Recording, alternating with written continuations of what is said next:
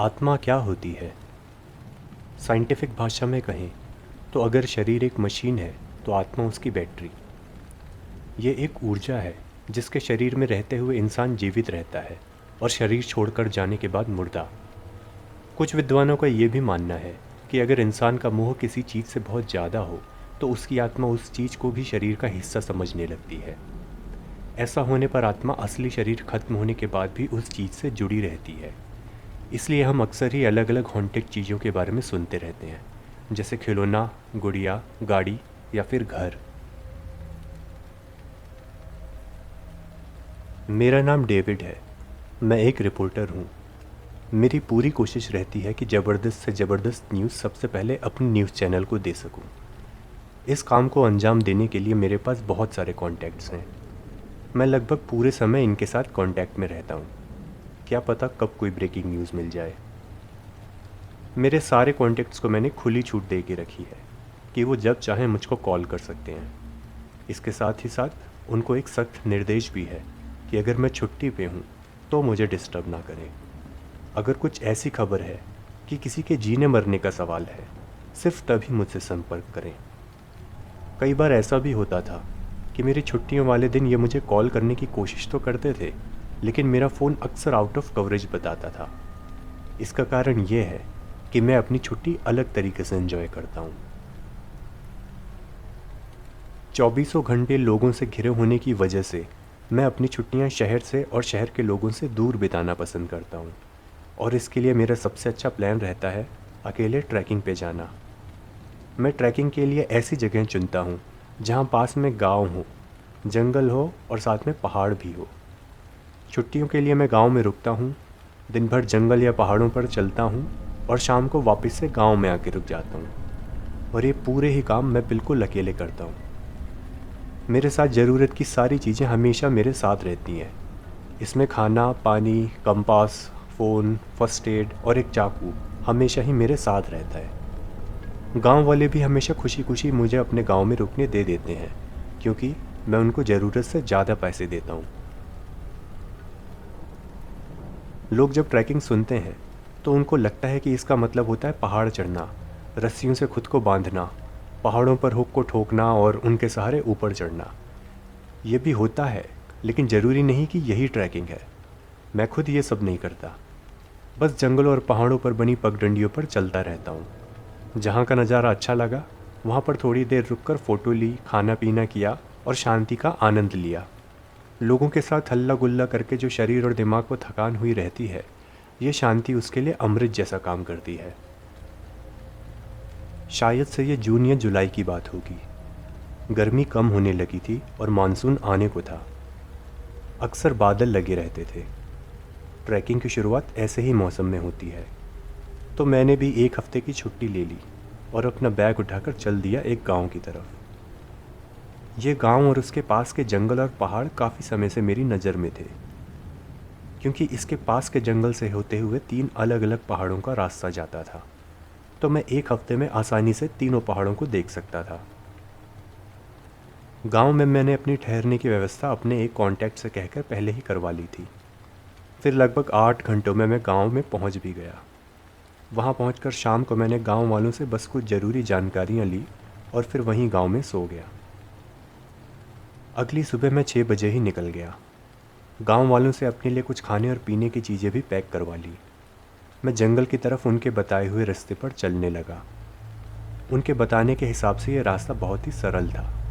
सीधा 11 किलोमीटर जंगल में पगडंडी पर चलते हुए जाना था। फिर एक जगह पर पगडंडी 3 हिस्सों में बंट जाएगी। ये तीनों ही पगडंडियाँ उन 3 अलग अलग पहाड़ों की तरफ जाएंगी। तो वहाँ पर पहुँचकर मुझे निर्णय लेना था कि किस पहाड़ की तरफ कब जाऊँ। रास्ता बहुत ही खुशनुमा था। अभी बारिश ठीक से शुरू नहीं हुई थी, तो इसलिए हर तरफ सूखी घास और पत्ते बिछे हुए थे।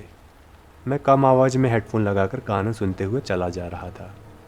ऐसा नहीं था कि रास्ता पूरा सुनसान था। बीच बीच में मुझको इक्का दुक्का कुछ गांव वाले और दूसरे ट्रैकर्स भी दिख जाते। ये इलाका ट्रैकर्स के बीच काफ़ी लोकप्रिय था। चलते चलते मैं आखिर उस जगह पर पहुंच गया जहां से पगडंडी 3 दिशाओं में बढ़ जाती थी। वहां पहुंचने से पहले मुझे लगा था कि पगडंडी के 3 हिस्सों में बंटने का मतलब होगा कि एक रास्ता मेरी नाक की सीध में, एक उल्टे हाथ की तरफ और एक सीधे हाथ की तरफ जाता होगा। लेकिन वहाँ पहुँचकर मैंने देखा कि ऐसा नहीं था। एक रास्ता मेरी नाक की सीध में, एक उल्टे हाथ की तरफ और एक रास्ता इन दोनों के बीच में से होके जा रहा था। यानी सीधे हाथ की तरफ कुछ भी नहीं था। मुझे थोड़ा आश्चर्य हुआ।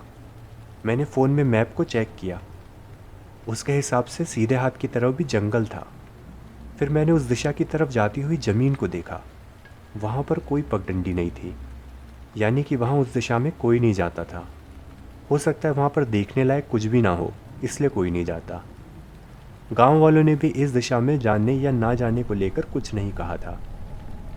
आखिरकार मैंने सोचा कि मेरे पास पूरे एक हफ्ते की छुट्टी है, समय की कोई कमी नहीं है, चलो चलकर देख लेते कि वहाँ पर है क्या। इसलिए उन 3 पगडंडियों में जाने की बजाय मैं अपने सीधे हाथ की तरफ चल दिया। यहाँ का इलाका बाकी जंगलों के जैसा ही था, हर तरफ शांति थी। मैंने मन ही मन सोचा कि भले ही आगे कोई पहाड़ ना हो, लेकिन यूं ही टहलने के हिसाब से तो अच्छी जगह है। मैं लगभग 25 मिनट चला होऊंगा कि अचानक मुझे एक अजीब चीज़ दिखी। जंगल के बीच में एक पुराना मकान था। गांव से इतना दूर जंगल के बीच में यहाँ पर इकलौता अकेला मकान दिखना मेरे लिए हैरत की बात थी। मैं उस मकान को करीब से देखने के लिए पास जाने लगा।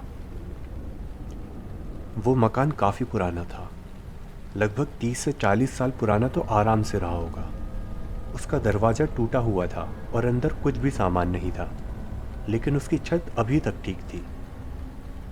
उस मकान को लेकर सबसे आश्चर्यजनक बात यही थी कि वो यहाँ बीच जंगल में था। उसके अंदर कुछ भी अजीब सा नहीं था। मैं उस मकान के आसपास का इलाका भी देखने लगा। वहाँ की ज़मीन से सूखे पत्तों को हटाने पर मुझे वहाँ पर दूसरे मकानों के होने के भी निशान दिखे। जैसे यहाँ पर पहले काफ़ी मकान थे, लेकिन उनको हटा दिया गया हो या फिर उनमें टूट फूट हो गई हो। लेकिन किसी वजह से बस एक यही मकान बच गया था, जिसे हटाया नहीं गया था या फिर इसमें टूट फूट नहीं हुई थी। पर ऐसा क्यों? मैंने उस मकान की फ़ोटो ले ली। सोचा कि गांव में इसके बारे में पूछूंगा। फिर फ़ोन में मैप में मैंने उस मकान की लोकेशन भी सेव कर ली, ताकि अगर कभी मैं वापस आऊं तो भूल ना जाऊं। मैं ट्रैकिंग में और उस जगह का आनंद लेने में इतना व्यस्त था कि मेरा ध्यान आसमान की तरफ गया ही नहीं। पूरा आसमान काले बादलों से घिर चुका था और अब हल्की हल्की बारिश भी शुरू हो चुकी थी।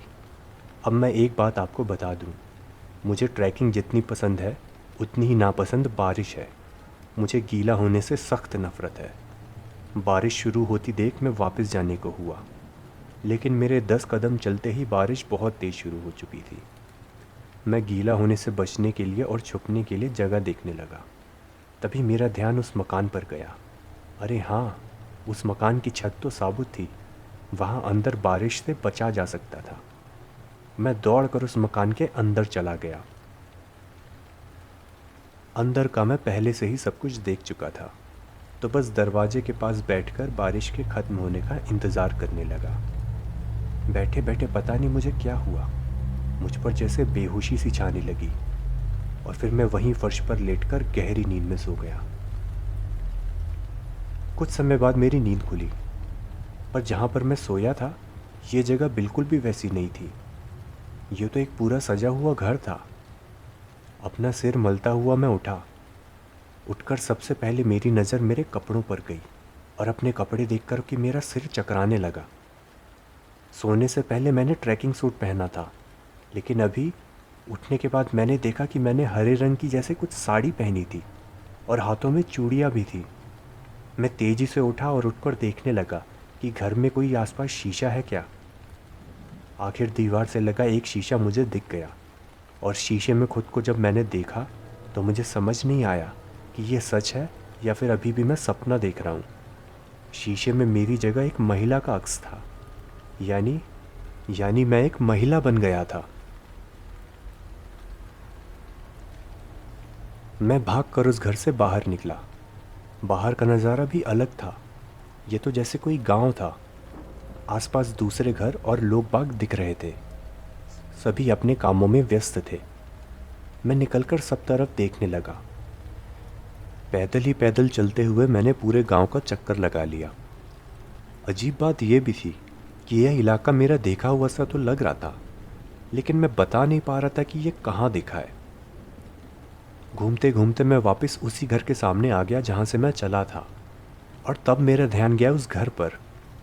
ये घर भी मेरा देखा हुआ सा लग रहा था, पर कहाँ। मैं उस घर को आगे पीछे से देखने लगा। लगभग 5 मिनट बाद मुझे समझ में आया कि ये घर मैंने कहाँ देखा था। ये तो वही टूटा मकान था जिस पर मैं बारिश की वजह से सोया था, लेकिन अभी तो ये बिल्कुल ठीक लग रहा है, ऐसे जैसे कि अतीत में ये मकान कभी लगता होगा। तो क्या किसी तरह मैं समय में पीछे आ चुका था? अब उठो। किसी ने मेरे कान में अचानक से धीरे से कहा, और मैं हड़बड़ा कर उठ गया। मैं अभी भी उसी टूटे मकान में था।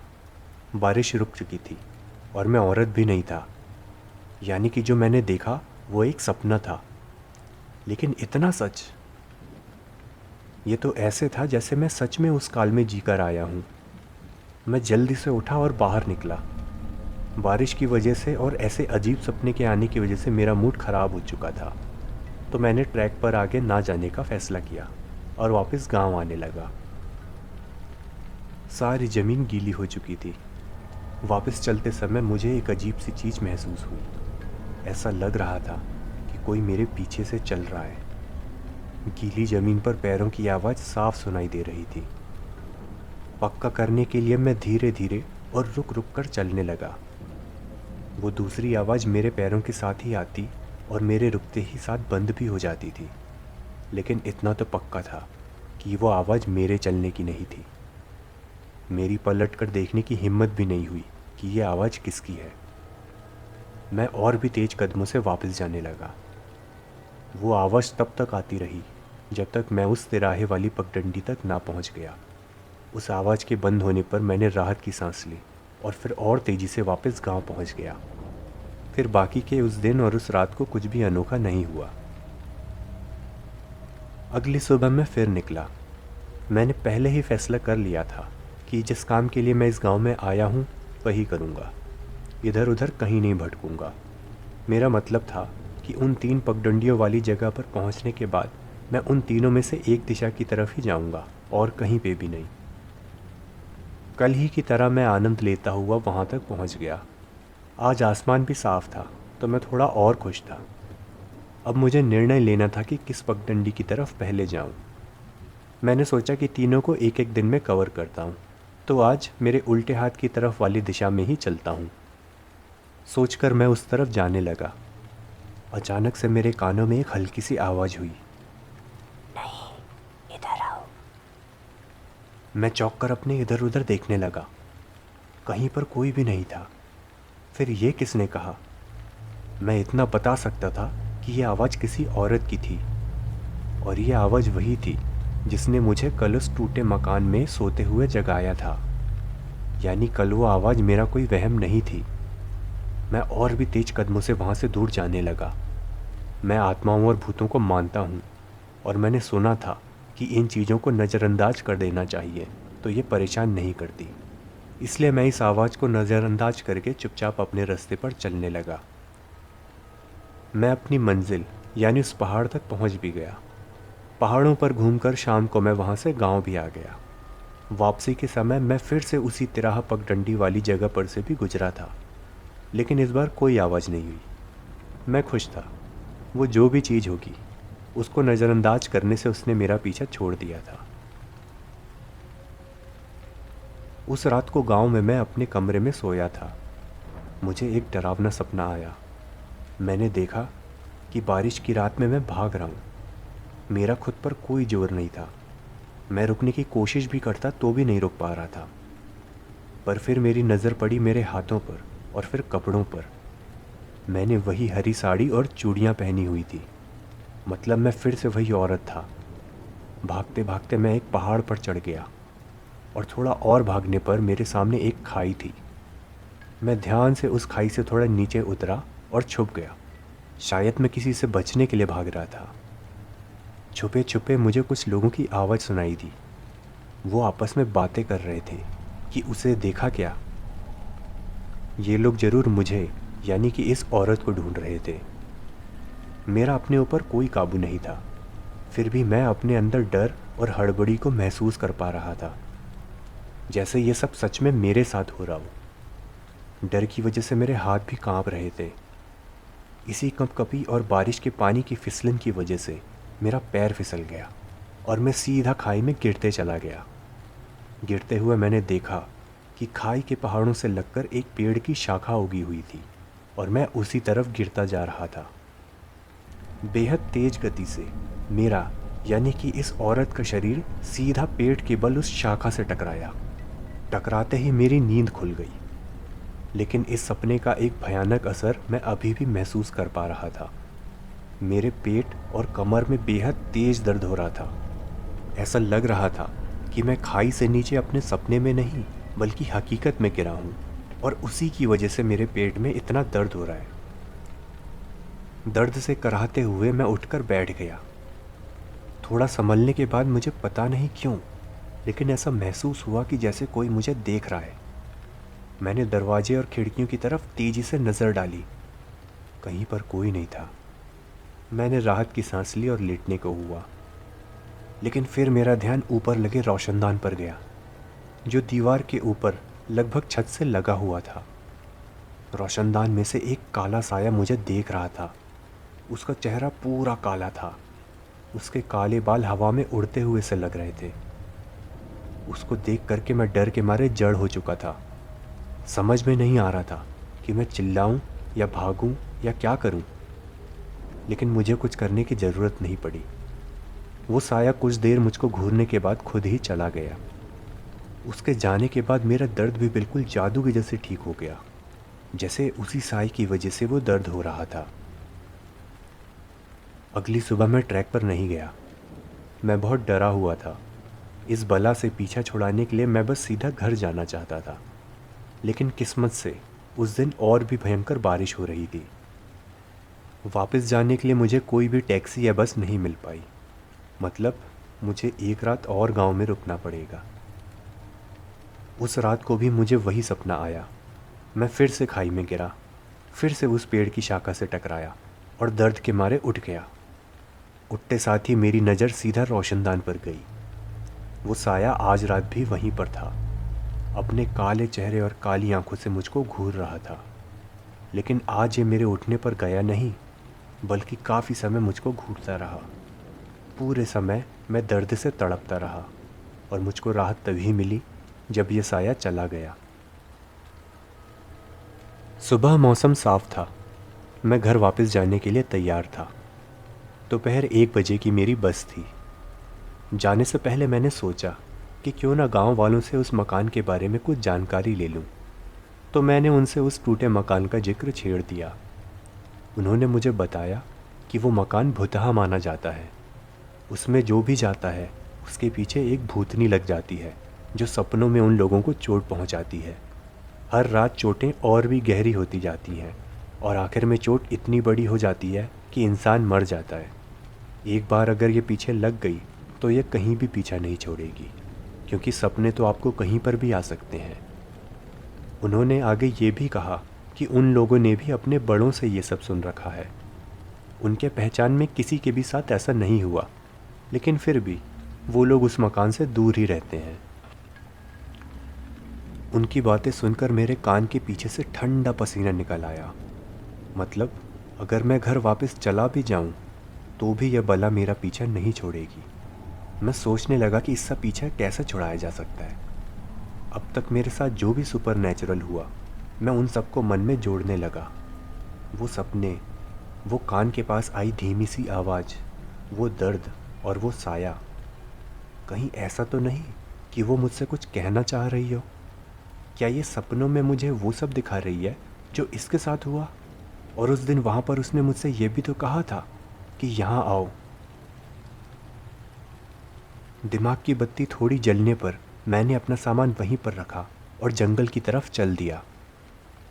पगडंडियों के उस संगम पर पहुंचने के बाद मैं सीधे हाथ की तरफ, यानी उस टूटे हुए मकान की तरफ चल दिया। मैं सीधा मकान के अंदर चला गया। कुछ सोचने के बाद मैं वहीं फर्श पर लेट गया और आंखें बंद कर दी। मुझ पर फिर से नशा सा छाने लगा और मुझे गहरी नींद आ गई। नींद में मुझे फिर से वही सपना आया।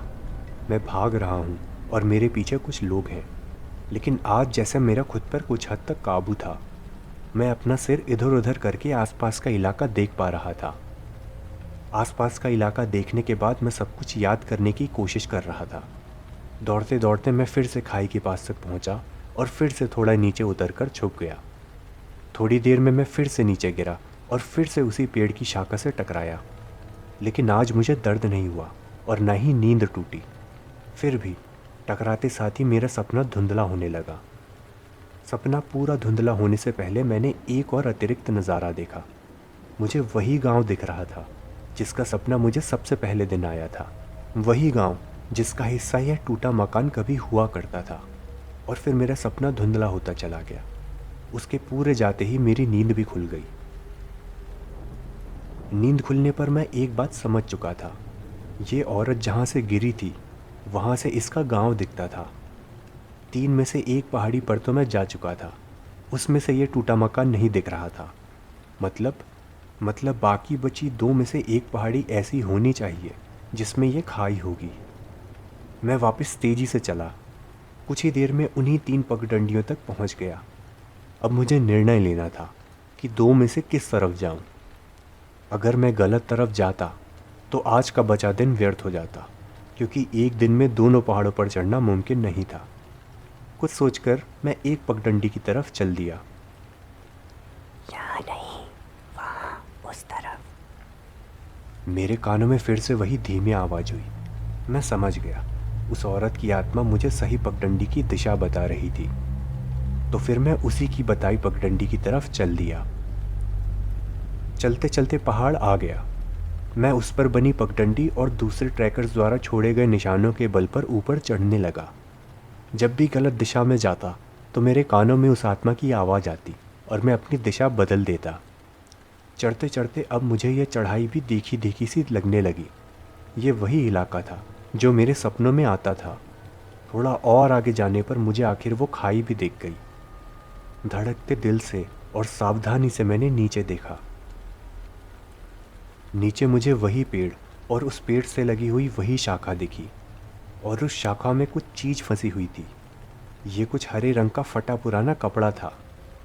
साड़ी, ये जरूर साड़ी होगी उसी औरत की। अपने कॉन्टैक्ट्स का फ़ायदा उठाकर मैंने कुछ स्थानीय पर्वतारोहियों को बुलाया। उनको पैसे देकर मैंने उनसे वो पुरानी साड़ी और उसके साथ जो भी मिले वो ऊपर लाने के लिए कहा। कुछ ही देर में वो पुरानी हरी साड़ी को ऊपर ले आए। उसके साथ में उनको साड़ी में फंसे मानव अवशेष भी मिले। उनका कहना था कि ऐसा लगता है कई साल पहले कोई औरत खाई से नीचे गिर गई होगी और उस पेड़ की शाखा में फंसी हुई मर गई होगी। समय के साथ उसका शरीर गल गया और हड्डियां नीचे गिर गई, लेकिन कुछ अस्थियां साड़ी में फंसकर रह गई। मैं मन ही मन खुश था, क्योंकि मेरे हिसाब से भी ऐसा ही कुछ हुआ होगा। उन अस्थियों को लेकर के मैं वापस गांव आ गया। वहाँ के ही पुजारियों से इस औरत की बची हुई अस्थियों का दाह संस्कार कर दिया गया और उसके बाद उसके अवशेषों को नदी में प्रवाहित कर दिया गया। उम्मीद थी कि अब उस आत्मा को शांति मिल गई होगी। मेरा आज घर वापस लौटना अब मुमकिन नहीं था। मैं गांव में ही रुका। उस रात को मुझको वो डरावना सपना नहीं आया। उस आत्मा को यकीनन मुक्ति मिल चुकी थी। मैं घर वापस आ गया। मेरे साथ जो कुछ सुपरनैचुरल हो रहा था वो तो ख़त्म हो चुका था, लेकिन मेरे मन में एक सवाल अब भी था कि आखिर वो औरत थी कौन और उसका पीछा करने वाले वो आदमी कौन थे। मैंने उस इलाके के इतिहास के बारे में जानना शुरू किया। सपनों में मैंने जो गांव और वहाँ के लोगों को देखा था तो ऐसा लग रहा था कि ये बात पक्के से 50 साल से पहले की होगी। तो मैं उस इलाके का 1960 से 1970 के आसपास का इतिहास देखने लगा। कुछ ही दिनों में मुझको जवाब मिल गया, और मुझको ये जवाब वहाँ के 1963 के एक लोकल न्यूज़पेपर की कटिंग से मिला, जो कि इंटरनेट पर उपलब्ध था। उन दिनों भारत में हरित क्रांति चल रही थी। खेती के लिए नई नई मशीन, खाद और बीज के इस्तेमाल पर जोर चल रहा था। उस ज़माने में वहाँ पर सच में एक गांव था। उस गांव के ज़मींदार ने एक कंपनी से घटिया रासायनिक बीज और खाद लिए थे। वो उन बीजों का इस्तेमाल गांव के खेतों पर करवाना चाहता था। वो कंपनी ये देखना चाहती थी कि उनके बीजों से मिट्टी के उपजाऊपन पर कोई असर पड़ता है या नहीं। इसीलिए वो इस गांव को बलि का बकरा बनाना चाहते थे। इस काम के लिए उन्होंने जमींदार को मुंह मांगे पैसे भी दिए थे। गांव के लोगों ने इन बीजों और खादों का इस्तेमाल करने के बाद महसूस किया कि उनके गांव की ज़मीन बंजर हो रही थी। इसीलिए वो जमींदार और इस कंपनी के खिलाफ प्रदर्शन करने लगे। उस लोकल न्यूज़पेपर में यही खबर लगी थी।